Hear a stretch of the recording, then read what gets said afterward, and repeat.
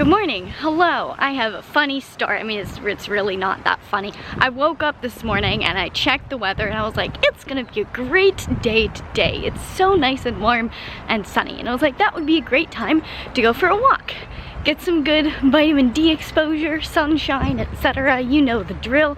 So I was like, okay. So I got up, put on a crop top and some shorts to expose the skin to the sunlight, and then I'm literally like heading out the door. And I was like, wait a second. Wasn't today supposed to be a workout day? You're not dressed for it. What is happening? But I decided I was too lazy to completely reevaluate my entire game plan. So I stuck with the jean shorts, which might not be the best idea, but I just grabbed my workout bag with my resistance bands, and now instead of going for a walk, I'm just walking to the park to do a workout. Like I said, not really a funny story. I don't know. Basically, I'm going to the park to do a workout. I'm wearing shorts because I wanted vitamin D. Anyway, I think today is going to be a fun day doing a workout. Obviously, I do have a few hours of work to get done, but I think it's all stuff that I can do while walking, because it's mostly like typing, so I can just do it on my thumbs. So I might go for a walk on the beach while I do that, because I'm not going to be able to go for a walk on the beach later because I'm going to go look at some potential houses to move into and meet some potential roommates. So that's exciting. So doing a full body resistance band workout today. I do have my compression socks on just to help a wee bit with the swelling, but yeah, should be a good workout, hopefully.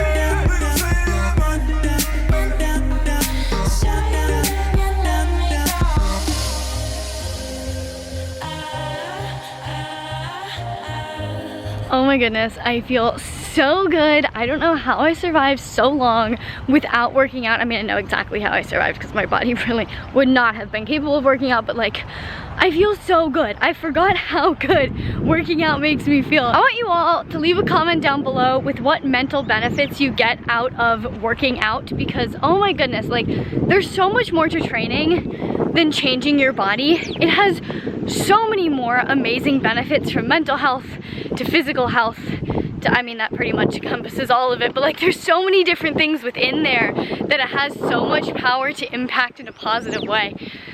I feel good. Can you tell? So for breakfast, I'm having some chia seed pudding that I made last night. It's mostly chia seeds with some hemp seeds and some flax seeds. And then I also have a kombucha, of course. I think when I finally find a place to live, I might start making my own kombucha again. Hopefully it won't explode and actually hurt someone this time. Ooh, it's blueberry, blackberry, and ginger. Pretty sure it tastes exactly like their super berry, but it's good. I like it. I made it to the beach for a quick walk. I literally have like 20 minutes and I want to get a snack before I leave, but it's fine. I got most of my work done. We're good.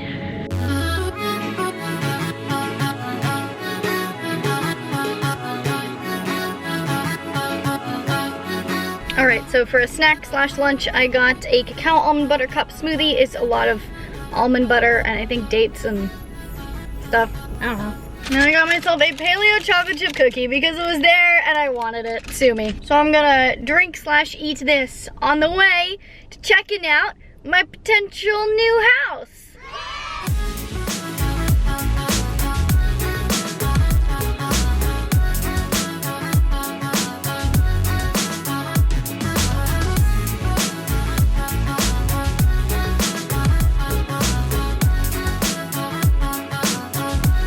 Okay, good news. I love it. I think we're gonna apply for it, which is very exciting. Don't know if we're gonna get it, because I think a lot of other people are very interested because it's a very good place, but keep your fingers crossed for me, because if we could lock this down, I'd be so happy. I'd be so excited to live there. I'm excited! But it is now late. It's getting close to dinner time. I was passing Rainbow Acres, which if you've been watching me for like at least a year and a half, you'll know that I would come here for lunch every single time I was working in this area. So I was just like, I'm just gonna stop here because nostalgia, and it's good. This place is like the hipster, more expensive, younger cousin of Whole Foods. Like, it has spirulina popcorn. It's just full of very exciting, weird, crazy foods, and I love it so much. But they also have a hot food bar, so I'm gonna grab some stuff and then head to a cafe.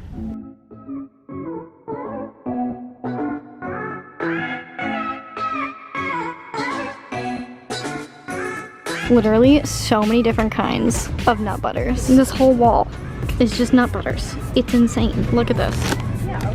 Turmeric popcorn too. They even have the coolest selection of ice creams. Like, they have paleo ice cream sandwiches and these guys, and so many different kinds of like healthy-ish ice creams. It's my favorite place on earth.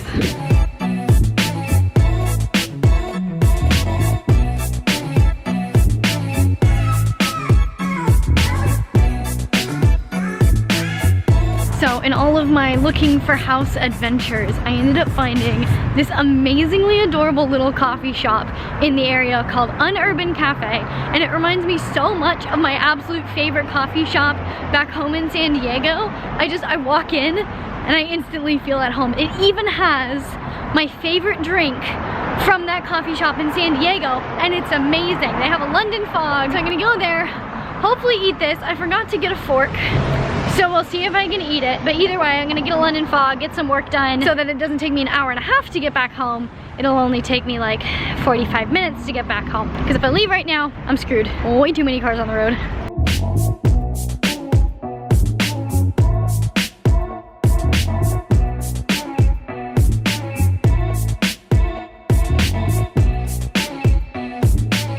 The next day. Good morning. I just got back from a little morning walk because again I checked the weather in the morning and it was an even better day today, even warmer, even sunnier, and it felt so good. I just grabbed a Rebel Rishi chocolate and threw in 2 teaspoons of chia seeds just to get some extra good stuff going on in there. I need to make breakfast, but I wanted to film this bit first and then go about the rest of my day. Anyway, since my diet has changed quite a bit lately, I've just been thinking a lot about nutrition, and so I wanted to share the 5 things about nutrition that I wish I knew when I started trying to eat healthy.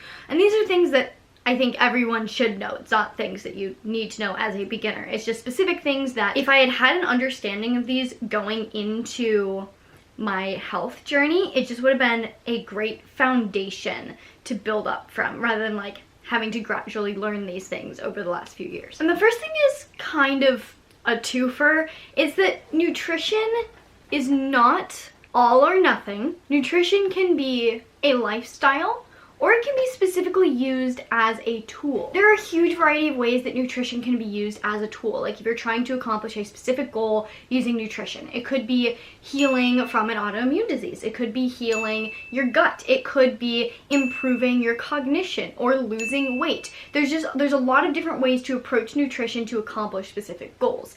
But you can also just approach nutrition as a general lifestyle, as a way of fueling your body to just be able to go about your life and live your life in the way that you want to. Doing your best is always going to get you farther than giving up entirely. So just because you can't eat all organic, really well sourced meat, all whole unprocessed foods, etc., doesn't mean that you might as well just eat ramen and Pop-Tarts every single day. There are levels and steps you can take, and the higher you can get, the better, but you don't have to be at the top in order to be achieving anything. The second point that I want to make is that what is healthy and best for your body right now will change over time. Sometimes you need to follow a healing diet to heal from autoimmune issues or gut issues, etc. So you might need to follow the autoimmune protocol, or even carnivore if it's an even more extreme issue. But that doesn't mean that just because that diet is what your body needs right now, that's what you're going to need for the rest of your life. A lot of people who do the autoimmune protocol, once they're able to get into remission from their symptoms, are able to start reintroducing lots of foods so that they have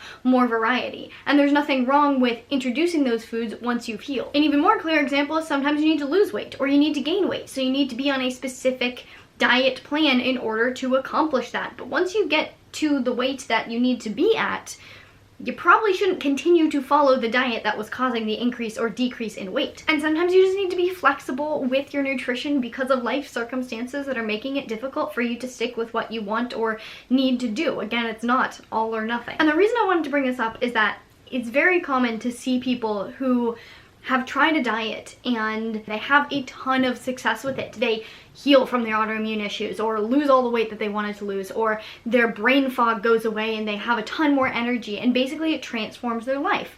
And so they get stuck in this one way of thinking and it becomes almost a moral code for them, and they fail to see beyond the initial impact of that first change that they made that caused all these other changes. Number 3 is something that I really wish I could go back in time and tell past Marissa when I first started getting into health and fitness, because it would have saved me so much money. And that is that you don't need supplements or superfoods to be healthy unless you're specifically deficient in something, and eating more of that thing doesn't fix the deficiency. When I first got into lifting and thinking about my health in a new way, I was obsessed with protein powders.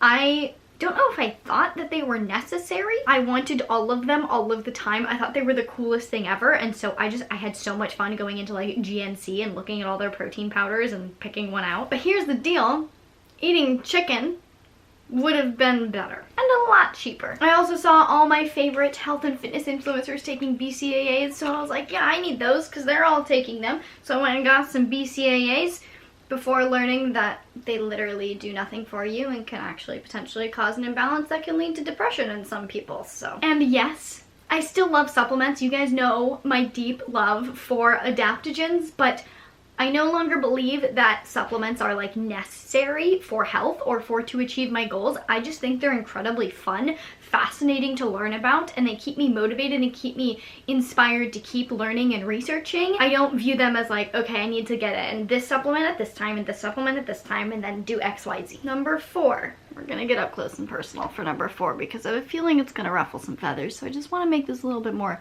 gentle by being closer. That actually seems more aggressive, but whatever. Number 4 is that nutrition science is mostly bullshit. Now, I want to clarify, nutrition studies, incredibly important. Like, the fact that we are researching this is good. I support that. However, it is nearly impossible to get conclusive data on nutrition and how it impacts the human body, because you can't do long-term studies on humans in a controlled environment. Like, you can't take a group of 50 humans and stick them in a box for 60 years and see how a specific diet affects them. Any long-term studies that we do have are going to be epidemiological in nature, meaning they are going to be able to look at patterns over time, but when it comes to nutrition, these patterns are assessed through things like surveys, and humans are notorious for being really, really bad at recalling what they ate for breakfast the previous day. And it also just leaves room for so many confounding variables. So what I recommend to everyone is learning to read studies. Like, learn how to actually look at a study and break it down and understand what it's saying, so that when you're looking at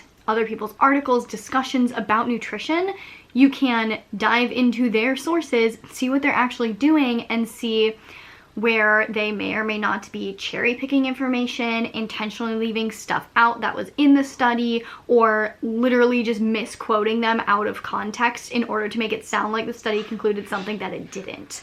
That happens all of the time because nutrition science is so ethereal, it's really easy to make an argument for literally anything that you want to. So the two best things you can do are, one, educate yourself so that you can actually read through the data yourself and see if people are bullshitting you or not. And number two, listen to your body. Because regardless of if someone actually has a correct answer or usable data, bioindividuality is a thing. And even if we find something to be true for overall the entire population, it's gonna be a bell curve. And so what works for one person might not work for you. You might not fall into the middle of that bell curve. And so you might need something entirely different. So the best thing to do is to figure out what works for your body. Treat yourself as an N=1 experiment and just do you, and don't get stressed about what everyone else is claiming about nutrition, okay? Okay, I'm gonna back up from the camera now. And the fifth thing that I wish I knew when I started my health journey, and that I think everyone else needs to know and understand, is that just because a food is considered healthy doesn't necessarily mean it's going to be healthy for your body given where you're at. Bananas, yeah, a little bit high in sugar, but generally considered to be pretty healthy. I can't do the bananas. They flare my skin up so bad, and I'm really mad about it because I used to really like bananas, but they don't work with my body right now.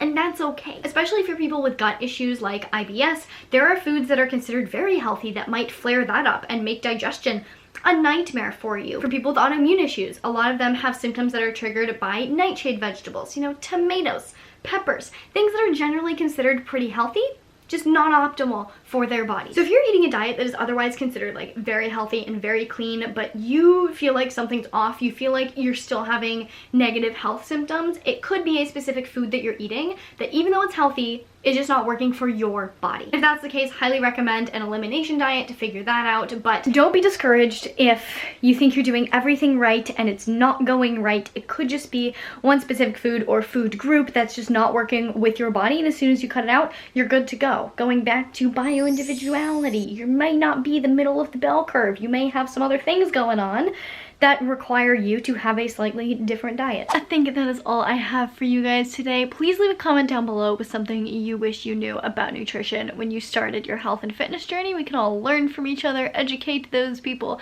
that are just starting out so that they don't have to go through the headache of learning everything themselves. In the meantime, if you liked the video, please give it a big thumbs up because it does support me and my channel, and I really appreciate it. Share this video with your friends, your family, your neighbors. If you want to see more videos from me on health and fitness, I will link some over here. If you want to see future videos from me, hit the subscribe button down here, hit the little notification bell to get notified when I post a new video. And I'll see you very soon. Bye!